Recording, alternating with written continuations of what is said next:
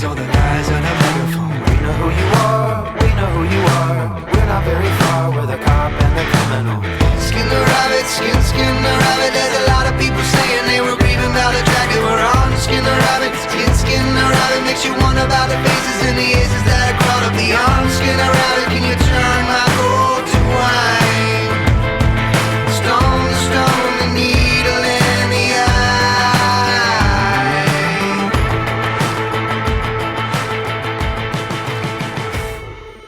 Well in the sand, gun in every hand, gun in every hand, and we die like the... Hey guys, if you could leave a positive review on iTunes, go subscribe to the podcast. That really, really helps tremendously. A lot. So if you could go and hit subscribe, you've got the podcast app on your phone, so you can actually go and hit subscribe. If you have an iPhone, hit subscribe to that bad boy. It helps out a lot. Positive reviews, and especially if it's an episode you like. If it's like, I don't know, Mark O'Connell from Take About Sunday, leave a good review like, hey, loved hearing Mark on the podcast, love to hear him again, things like that. Really helps out. You can also go like us on Facebook, follow us on Instagram, Twitter. Also, you can go support us on the Patreon page, and also you can use PayPal as well, whatever way you like. All of it comes back to help the podcast, and I would greatly, tremendously love you forever. Thank you. Hey guys, welcome back to the Drumheads Podcast. My name is Daniel, and this is episode 90 with Braddigan of Dispatch. I know, it's a shock. It's just a shocker to me. Yes, I got to interview Brad from Dispatch. I mean, that is just something I never thought I would say out loud, but I got to do it, and it was awesome. So it was great to have Brad on the podcast because he has been one of my, drumming heroes for a long time. I learned about Dispatch from my friend Dustin Ashenfelder back in like 2001, 2002, and just immediately fell in love with his band. I fell in love with the drumming, all of it. And we also were in a cover band. So, I was playing Dispatch covers with Dustin, just not that long ago. It was probably like 12 years ago. And now I'm getting to talk to my drumming hero. It's just like, what? It's just insane. So it was great to have him on the podcast because Dispatch is they're a wonderful band. They have a wonderful mix of rock, reggae, folk, world, all of it. They kind of throw everything into like this stew and mix it all together, and then you get Dispatch. And it's, it's just a great band. But Brian is not just an awesome drummer. He is an amazing musician when it comes to, he's a great guitar player, singer, bass player, keyboards, harmonica. Does it all. He is just absolutely amazing. Just floors me how talented he is. So if you're not familiar with Dispatch, go check them out. They have a new record coming out on June 2nd, and it's called America, Location 12. Go pre-order it like I have. So you can already listen to a couple of the tracks. One of my favorites right now is Skin the Rabbit and Only the Wild Ones.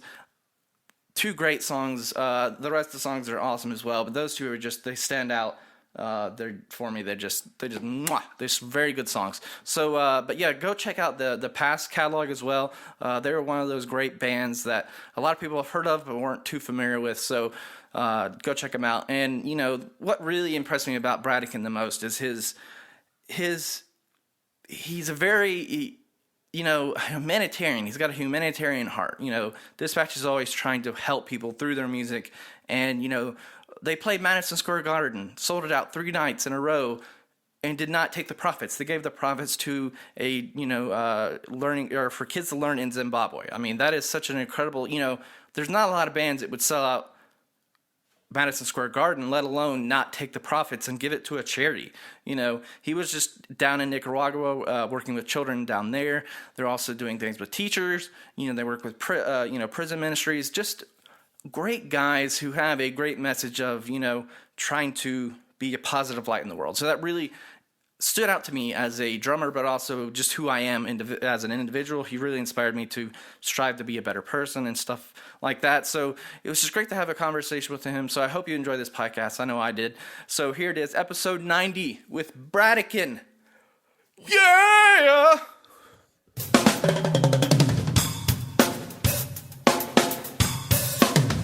To the Drumheads Podcast, and my name is Daniel, and I am joined by, you guys won't believe it, Braddigan from Dispatch. How are you, Braddigan? I'm bundled up and sitting on my patio with my dog Stella, and we have a spring snowstorm that is just too beautiful to miss. So I'm loving it. That's awesome. I saw some pictures of someone in Colorado the day, like, it's spring, but they got a nice storm, snowstorm that came through and, gave a. Oh yeah, it was like 70 degrees a couple days ago. It'll be 60 degrees tomorrow, and we've got 10 inches today. That's awesome. Well, I really appreciate you being on the podcast. This is a dream come true, almost, you could say, for me, because I am a true fan of Dispatch and your music. So to have you on, it's like it's like I don't know, it's just nice. Thanks so much. I really appreciate that. Oh, no problem. Well, let's see. I guess where to begin. Let's see. Let's talk. Always, the questions that always go through my head are, I always want to know about the person and how they, grew up musically. You try to go on the internet and research, your favorite drummers and figure out, did they come from a musical family or whatnot. So did you come from a musical family, or were you like the sole musician?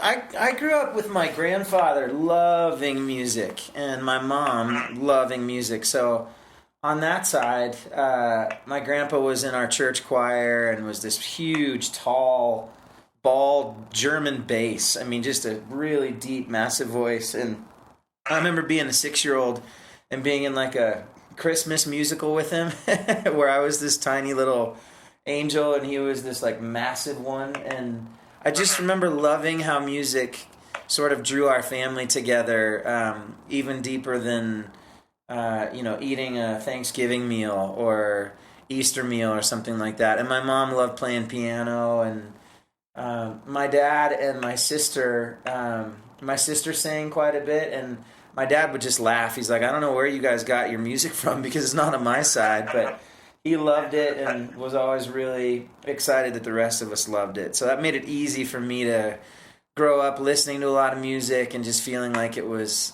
in the air and, kind of in the nest of our family. Mm-hmm. Yeah, I hear you. My dad's the same way. He was a mechanic, so he always would say, I could barely play the radio, let alone a musical instrument. So, and I can barely play the radio. Yeah, so it's I'm always interested by that. A lot of drummers come from either total music families or they're kind of the lone wolf who just jumps into it. So it sounds like you kind of grew up like I did. I grew up in a church environment, with music and stuff like that, and it just I morphed into it. So, yeah. So who was that first drummer that really stood out to you? Was it a church drummer or was it, a rock drummer? You're like, oh, it was John Bonham. Well, I wasn't really, I wasn't thinking drums until I was in an acoustic band that thought we were rocking out, and someone called us the Indigo Boys.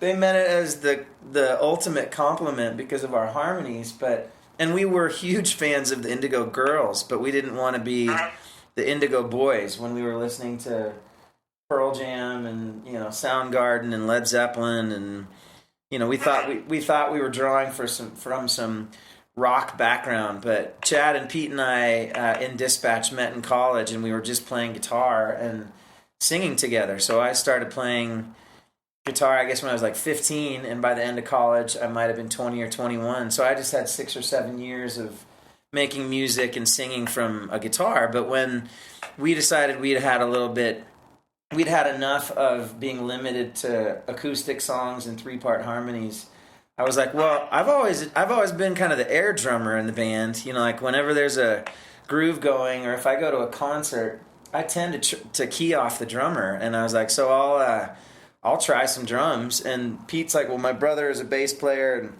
I'll borrow his bass. And Chad told me that he had an amp at home and that he'd plug in his guitar. And so I started playing drums out of necessity, thinking like, well, we want to amplify our music and turn into a band. But the first drummer that I would have referenced, in my junior or senior year of college when we were switching over to me playing some kit, would have been Jeep from a band called The Samples. They were a Colorado band, kind of in the Dave Matthews era and Big Head Todd era, and Jeep is Jeep McNichol, just a phenomenal drummer. And then the two guys just right behind that would be like Chad Smith from the Chili Peppers and Carter Beauford with Dave. Yeah, I when you said Carter, that makes a lot of sense. You have I see, especially with the Chad Smith as well, a lot of cross between both of those drummers in your drumming. But I didn't know that you started that late playing drums. That's pretty remarkable. Well, it was really, I mean, it was a cool way in because no one was telling me how to play, and I was just trying to learn how to play along with songs that we had already written. And at the same time, I'm like, man, I love the funk of Chad Smith and the Chili's, and I love the kind of the precision and the electricity of the way that Carter plays. And then Jeep is like, if you listen to the first Samples record, which I would recommend everyone out there does, it's just a self-titled record. He has such an incredible fusion of jazz and reggae behind everything that band did. It's kind of, I mean, they're a little bit like the Police. They're kind of white boy, yeah, like white boy reggae and fusing rock into it. But Jeep just made everyone want to move, and I was just blown away by like the pulse and the heartbeat that he could put to that band. Mm-hmm. Huh. Well, it's interesting. You like starting that late. A lot of people would have a difficult time adapting a new skill set. And playing drums is involving both hands, both feet. How long did it take you to really feel like you were confidently playing? I remember looking at my left foot going like, when are you ever going to work? And that was probably, well, it's got to be like 3 years into playing. I mean, the first 2 or 3 years that we played, I played with brush sticks and hot rods and was just playing a really simple kind of funky backbeat so that a song like, we wrote a song called Here We Go, or a song called Out Loud that had a little bit of a reggae feel to it, just so I could do something simple but still sing. So part of the hang on, I'm going to let my dog in just a sec. No, you're fine. Yeah, but say if you hear kids wander into my house, that's it's okay. I just go with it. The first couple of years, it was more about what can I play while I'm singing.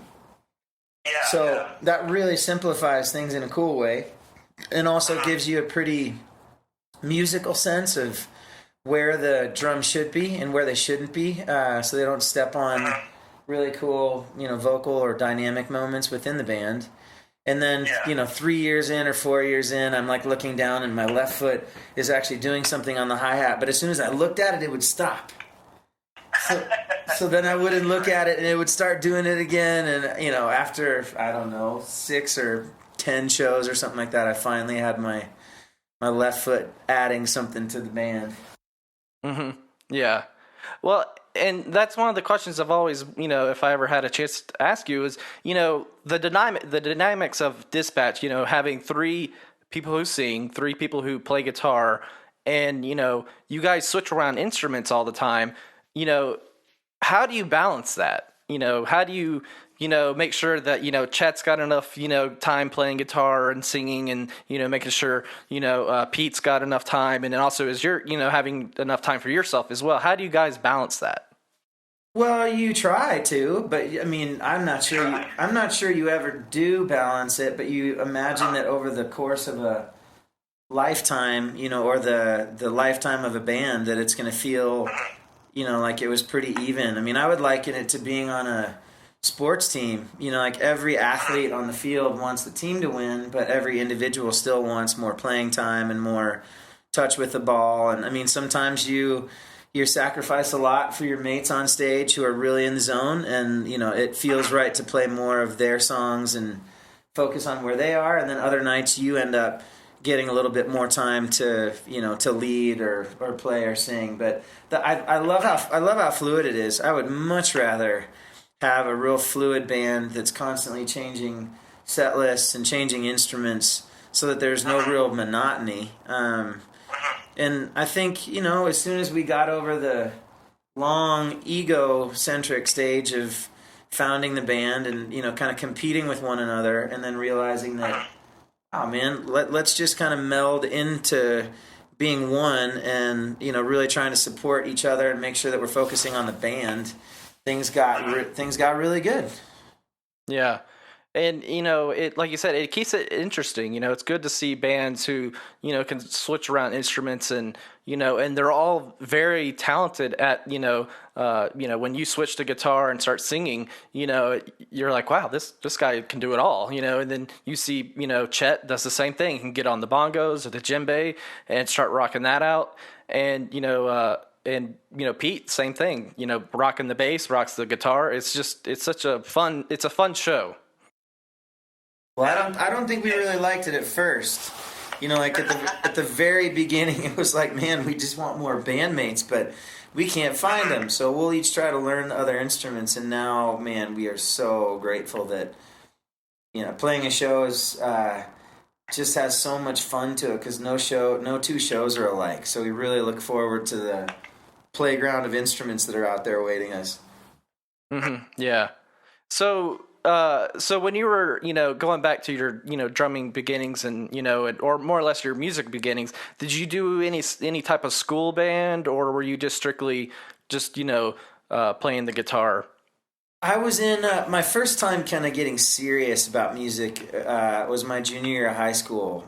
Three of my best buddies and I loved playing guitar, and same thing, like, one guy was a great drummer. Another guy was like, well, I can play guitar and bass. And we're like, well, let's just try it. And we really enjoyed writing songs and, conquering Littleton, Colorado. I mean, find someone from Littleton that doesn't know the Wood River Bandits. You'd be shocked.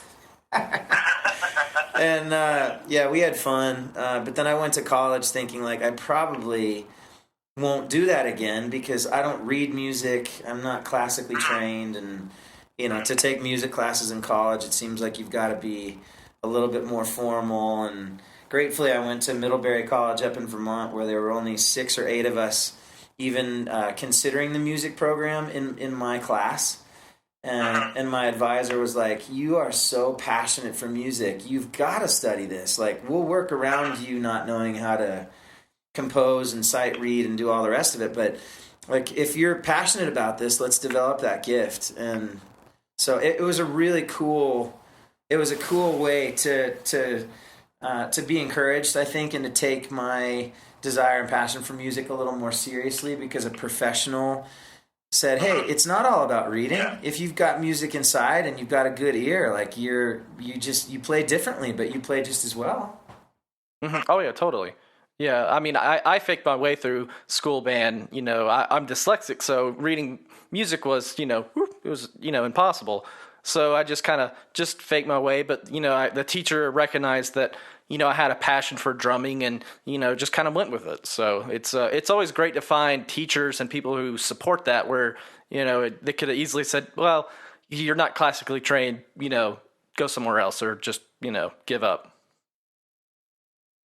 So meeting, so you met Pete and Chet in Vermont, correct? And then, so it's funny when you go back and listen to all the albums, it starts off very acoustic, very mellow, and, what was the sound you guys were really trying to capture at first, or did you know? I don't think we knew. I mean, we knew that we each loved writing songs. We loved singing harmonies together. And I think our focus was just like, man, this is so great to have someone else to sing with. And the idea of arranging our vocals was so, it was so new to us, and also such a, like an endless horizon of creativity, that I think it was just, okay, whoever's written something, bring it, and then let's work on the vocals. Let's work on the vocals. Let's work on the vocals. And after our first album, we hired a drummer to come in and play most of the drum tracks, and we hired a bass. Pete's brother Leif came in and played bass, and there may have only been 1 or 2 songs on the first album, Steeples, where we played those instruments. But I mean, like, we were so rookie, it was frightening to us. So we just anchored the guitar parts and the vocals. Our second album, Bang Bang, I think we recorded maybe 18 months later, and at that point, that was the first time where all 3 of us felt like we could play our instruments just well enough that we would do the whole thing ourselves. And that was it was a cool jump. But yeah, I think making music with Chad and Pete, I think what sets us apart is kind of mystical. I mean, you don't know if your voices are going to blend together or not. There are lots of people that sing and have great pitch and great creative sense, but that doesn't necessarily mean that your voices are going to blend well. And somehow Chad and Pete and I felt like we could sing and find a way to get to being one voice. Mm-hmm. Yeah. So taking that, going from, is it Silent Steeples is the first album? I'm blanking. Okay. And then going to Bang Bang, you transition to more, it's still got an acoustic vibe to it, but there's some more electric guitar added to it. The drums are more prevalent. And, but also the lyrical content was more, I guess you could say politically heavy, especially when it comes to like the general. Did you guys set out to be kind of a politically-ish kind of band, or it was just something you just had to, sing and say through your music?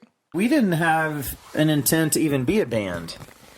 I think we were making music for the first two albums just thinking like, well, this will be really fun to look back on. I mean, we weren't thinking that we were necessarily charting a way forward as a band. And I think we were just trying to be true to whatever we were passionate about at that time, and whatever questions we were asking that usually fell into the lyrics of our songs.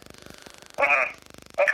I remember when Chad wrote The General and I listened to it the first time, I was like, this is amazing, and that is just way too many lyrics. And he looked up, kind of like, really? And, we Pete and I think both agreed that our sweet brother, who's got the most incredible songwriting gift, had written an epic tale. So we cut a verse or two out of it. And then The General is even the wordy wizard magic of the current General. Just imagine if there were two more verses in it. Oh, wow. But I fell in love with it. I love the chorus, and that song honestly only gets sweeter over the years because an anti-war song is never it's always relevant. So it's nice to sing a tune like that. And that's the song that for me personally, turned me on to you guys. My friend Dustin Aschenfelder, shout out to him. He's the one that introduced me to you guys, and that song just resonated in me. Like, this is, it just, I don't know, it just touched me. And I'm like, I'm a very peaceful person, and I like people getting along, and hearing a band talking about, anti-war and, getting along. I'm like, this is my band, so I can totally get behind this music. And so, going from that into, the third album, where do we go? I'm doing all this from memory, so I have nothing written down. The third album was our attempt at recording an album, but being so burned out from that we wanted to just jam. So we did a 4-day studio session called 4-Day Trials. 4-Day Trials, that's what I did. We were in the studio, but we set up to just play live. And then our fourth album is called Who Are We Living For? And we did that one. Did that one up in upstate New York in '99. Mm-hmm. And those two albums, you started getting progressively, more heavier, more experimentation with, different sounds when it comes to drums. Especially on the fourth album, I was just listening to it the other day, a lot of delays and a lot of, just a lot of texture to it. And yeah.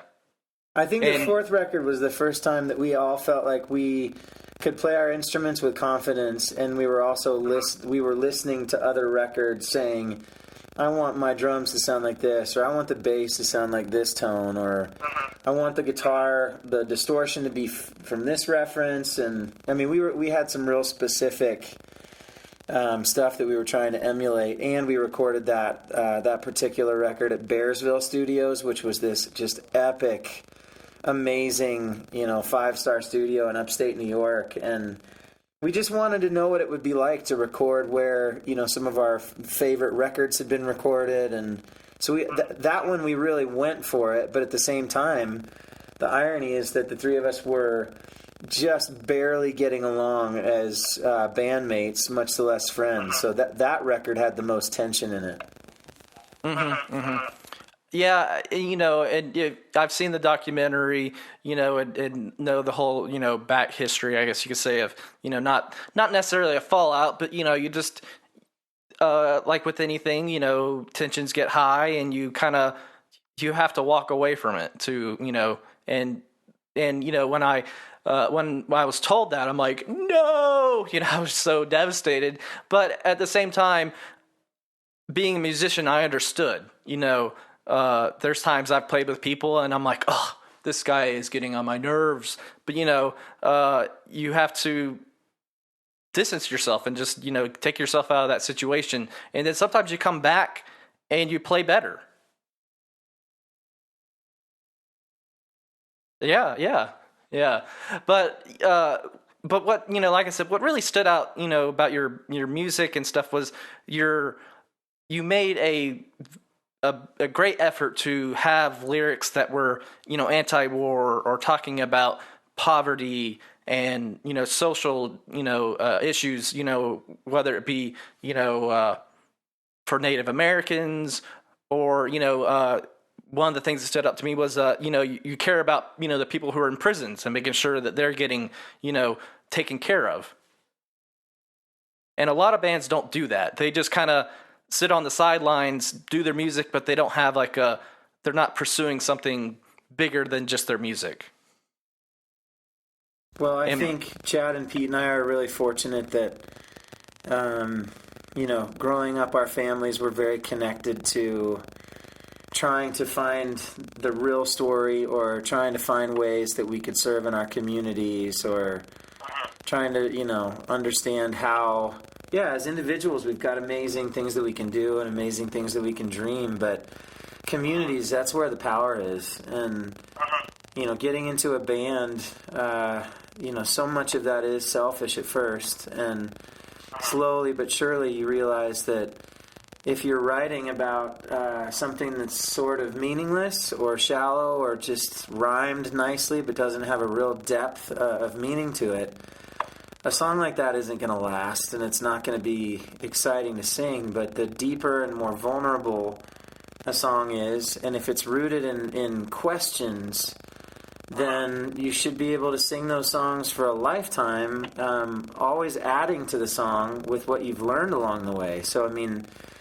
I'm just grateful to be in a band with two guys that are challenging life and looking for really, their songwriting requires something of me, and when I write, I try to require something of them as opposed to just trying to create something that's entertaining for a moment. And sometimes it lands and sometimes it doesn't, but the songs I think that have the greatest spirit to them have the longest legacy of impact. And if our music can entertain people but also be a gateway into really important issues and stories like, how veterans are treated here when they come home and what the Native American story really looks like from being on the ground on reservations or, working with impoverished communities in other parts of our country and other parts of the world, it just shifts. It makes us so grateful that we get to make the music that we do. And if we can gently point people... my favorite tour was probably our Amplifying Education tour in 2011, where we were just saying from the stage, hey, if there are any teachers in the house tonight, give them a hug or buy them a beer. Let's make it simple. Let's not, we're not experts on education reform, but what we will say is that teachers are some of the most valuable people on the planet, and they're taking care of our kids, which means they're taking care of the future. So hug them, clap for them, and go buy them a beer, and then into the next song. I like that. And my mom's a teacher, and my wife is a preschool teacher, so they are the gate. They're almost the gatekeeper to prosperity or not to say failure, but if they're not led down the right path, constructively, you hadn't done your job right, and I think we put a lot of emphasis on, things that are irrelevant, reality TV shows and, stuff like that. And you guys are out there singing songs about, we're raising money for Zimbabwe, or, I remember seeing, pictures of you up there in North Dakota with the water protectors, and saying, hey, this is an issue and we need to take care of the Native Americans and, make sure we're not, repeating history and things like that. And I think that's, I think that's part of this, the success of Dispatch is tackling those difficult issues through the music and drawing people in.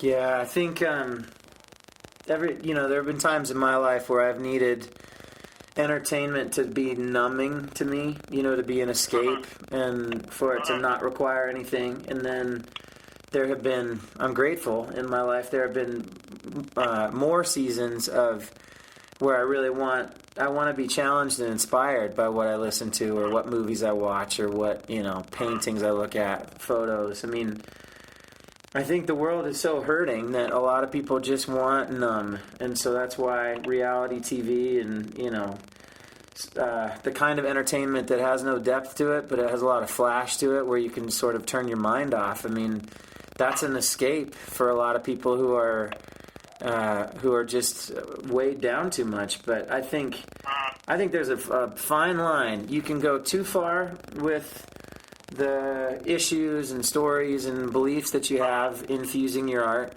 or you can find a really great balance where the art has to entertain, the music has to be fun and draw people in and evoke something. But and then you just leave the depth there. You leave layer upon layer upon layer. If a fan wants to scratch below the surface, then they can go as deep as they want. But I am so thankful that Chad and Pete and I, all three of us, really do.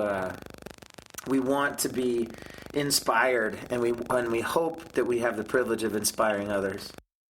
Yeah, totally. So, you guys, in case someone's not, familiar with Dispatch, you guys kind of disbanded in 2004, if I'm correct, right? Yeah, and, you played that show in Boston, and, you shut down part of, the city, which, I had friends that went to that concert. I tried to get up there, but we couldn't make it, and it was it's a great that DVD. I don't know how many times I've watched that DVD. It's every time it keeps getting better.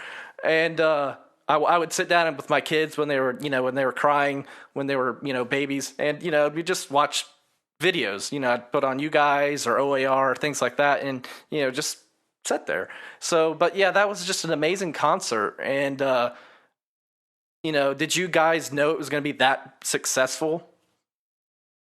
We didn't know anything, man. I mean, we internally sort of broke up as a band in 2002, and then we just said, all right, let's just take the heat off and we'll figure it out. And a year and a half later, we were like, all right, let's go our separate ways, but let's have a really fun, last Dispatch. So we branded that concert a free outdoor show in Boston where 5,000 people could have come, 30,000, 50,000 people. It could have been rainy. We had no idea what to expect. And I think everything went in our favor. Most beautiful day you could imagine. And, because it was free, I think everybody brought someone else. And we ended up with like 110 to 150,000 people in a state park that could only hold 22,000.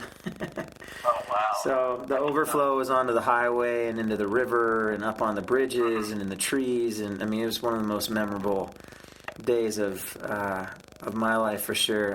Chad and Pete and I had never seen anything like it. And we were so grateful to our fans that showed up and sang along with us and sent us out, feeling about as loved and cherished as any bandmates could. And a couple of times the crowd even started chanting, "Don't break up, don't break up," which was a pretty crazy emotional moment for us.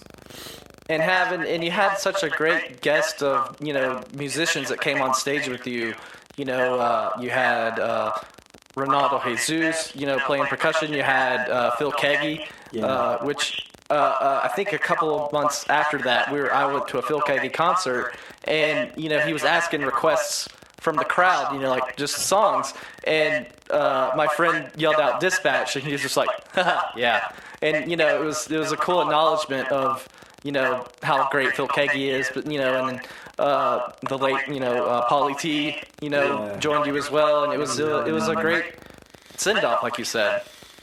Gosh, that was an incredible day. We were looking back on it now. I think that day was like literally just a gateway or some sort of crazy, had some spiritual magic to it, some weight to it. I mean, the three of us thought we were walking away from each other, and what we were really doing, I think, is felt like our fans were almost releasing us or forgiving us of a burden that we thought we had to hold it together at all costs. And so the three of us went in our different directions to get some balance back in our lives. And then because our fans were so loyal, we played in 2007 for Dispatch Zimbabwe at Madison Square, and we played in 2009 an acoustic show at somewhere in DC, the Lincoln Center or the Kennedy Center. I think it was called the Kennedy Center.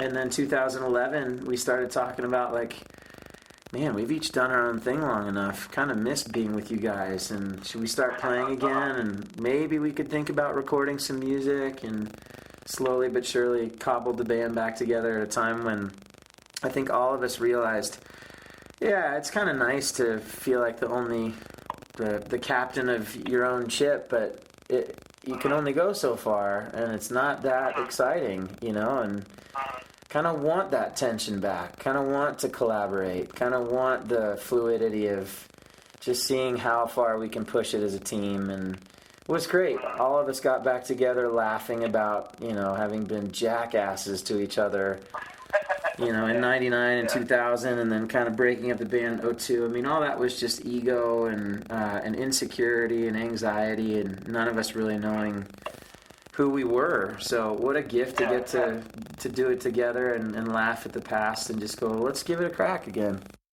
Mm-hmm. And I remember that day, my wife had texted me, I think, and said, did you hear the news? And I'm like, what news? And she's like, Dispatch is getting back together. I'm like, what?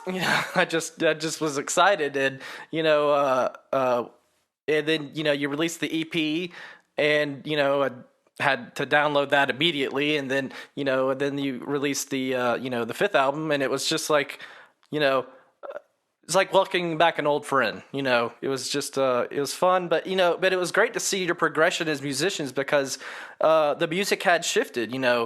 After 6 to 7+ years of being away from each other, your sensibilities have changed. The way you look at writing a song and the way it's structured. The music was fresh again, and it had a different vibe to it. So when you guys got back together, did you get back to your kind of same recording habits, or did you try something different? Hey, let's sit in the room all together and write the song all at the same time, or did you guys go and and do separate parts and then come and bring them to the table? About the same. Kind of a mini catalog of songs that we hadn't yet recorded. And so we just picked out the ones that we felt best represented the band. And for the first time, worked with a producer that we didn't know. All the previous records we had done with two of our really dear friends, Jack Gauthier and John Mayu. And so it was very, very family style, and very kind of like going back to an old baseball glove. Everything fit so well, and we wanted to challenge ourselves, working with a brand new producer, working in a studio where we'd never been, and try to let the producer bring some new creativity to the process and challenge us in some new ways. And we did the EP and the full album with this guy Peter Cadis, and he was just phenomenally creative, really. Just an amazing, great ear for interesting textures and sounds and colors. And I loved it because we had a steel drum, and we had marimba, and we had glocks, and all kinds of percussion instruments. And so it was fun to expand the drumming palette for those records. And I also think some of the sounds were were just really fun and exciting, and showed that we were starting to explore again as a band, which was nice. Mm-hmm. And going back to, when you did some solo stuff as well, when did you do the drum parts on those, your 2 solo albums, or did you let someone else do it? I think I did all of that. In the studio, I realized, I'm like, well, when I was a guitar player, I played it percussively and had, I was anchoring, before I played the drums, I didn't realize I was kind of anchoring the chord progressions by being pretty percussive in the way that I would strum. So when I became a drummer, I think writing songs then became a little bit, I don't know, it was a little deeper and a little bit more fun as a process, because if I knew a guitar part really well, if I just sat down behind a kit, that same blueprint would come out on the drums that was coming through the rhythm on the guitar. So when I'd go into the studio for our a couple solo records, it was really fun to play a full kit to back those songs up. And when Ray and Tiago and I would tour as Braddigan, we didn't have the money to bring a drummer, and Ray was such a phenomenal percussionist, with hand drums, that he covered everything. But I loved working on a couple of tunes on Watchfires and a couple songs on The Captive, where I got to think as a drummer, and I got to add, some of the Peter Gabriel-esque beats that I'd always loved, and I was also trying to figure out that Jeep samples thing or Stuart Copeland thing that fused reggae to rock, and that was a lot of fun for me. But we didn't really ever have a chance to duplicate it out on tour. Yeah. One of my favorite songs from is Solace. That's I think it's still on my playlist right now. It's just that the combination of the guitar, and the drums and the djembe kind of has almost a Genesis vibe to it, old school, like you said, Peter Gabriel kind of essence to it. So, but yeah. Well, and before we get into your latest album that you're about to release in June 2nd. Okay. All right. Well, we'll just jump to that. We can always have another podcast another day. But so the newest album, what's it's very it's got a lot of kefi, which is a Greek word I use a lot, passion, and a lot of like Skin the Rabbit. My wife wants to know what's the meaning behind that song.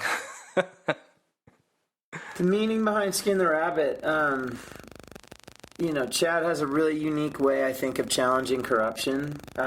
If you're too literal, and then it feels like feels judgmental almost. But if you can find a universal way to draw on the theme of corruption, then I think you can look in the mirror and see how all of us have the ability to become corrupt and greedy and selfish and motivated by fear. But I think the aim of the song is, corporate leadership or governmental leadership, anyone that is there essentially that's being installed by other people to represent other people. But then when those leaders get caught up in their own world of power and influence, they slowly but surely can lose sight of the virtue and the reason why they're even trying to be in that place of leadership. So it's really there to just be a nod to the idea of holding everybody accountable.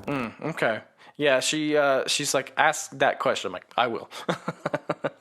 But the other question that came to my mind, looking at the album cover, I'm guessing that is Pete bare-assed on the cover.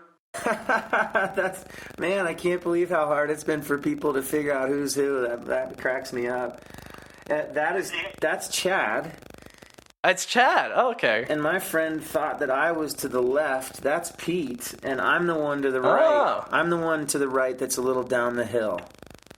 Okay. Yeah. I was trying to figure it out. I'm like, it looks like Pete because of the hair. Yeah. But okay, that's Chad. Yeah. Nice. Well, cool. Well, yeah, I know you've got to jump, but again, thank you for being on. This is an honor for sure. Absolutely, man. If you've got a couple more questions about the current record, I'll answer them, man. Okay. Well, what's your favorite track that you're most proud of on that album that's coming out? I would probably say the first song is called Be Gone, and as a drummer, it was the most challenging on the entire record because Chad had written it with a shuffle beat behind it, and honestly, a year and a half ago, I didn't even know what a shuffle beat was. If that gives you any idea of how non-teached I've been as a kit player. And so it was a lot of fun and quite a challenge to go in and learn how to play the shuffle and then to do it in such a way that would support the song. And then I realized, I'm like, oh my gosh, Bonham's been one of my favorite drummers forever, and I didn't realize that the shuffle is like one of the sweetest arrows in his quiver. So the meaning behind the song "Be Gone" talks quite a bit about Native American veterans.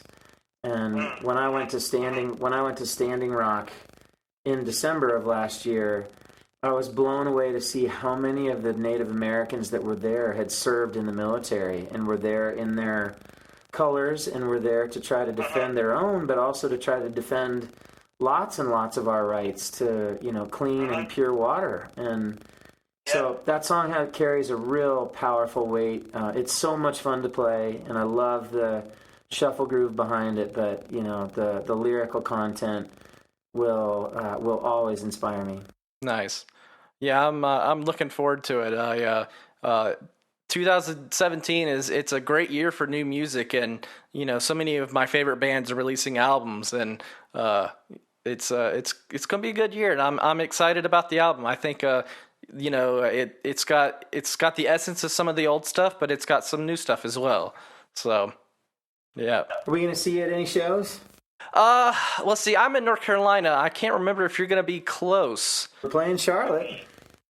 Okay. I'm in Asheville, so it's about 3 or 4 hour drive. So I'm gonna try my best to get out there, and I'll let you know for sure. Yeah, I know. Yeah. I'm gonna try. I might try to weasel my way in through work to get over there because I have a warehouse I could go visit.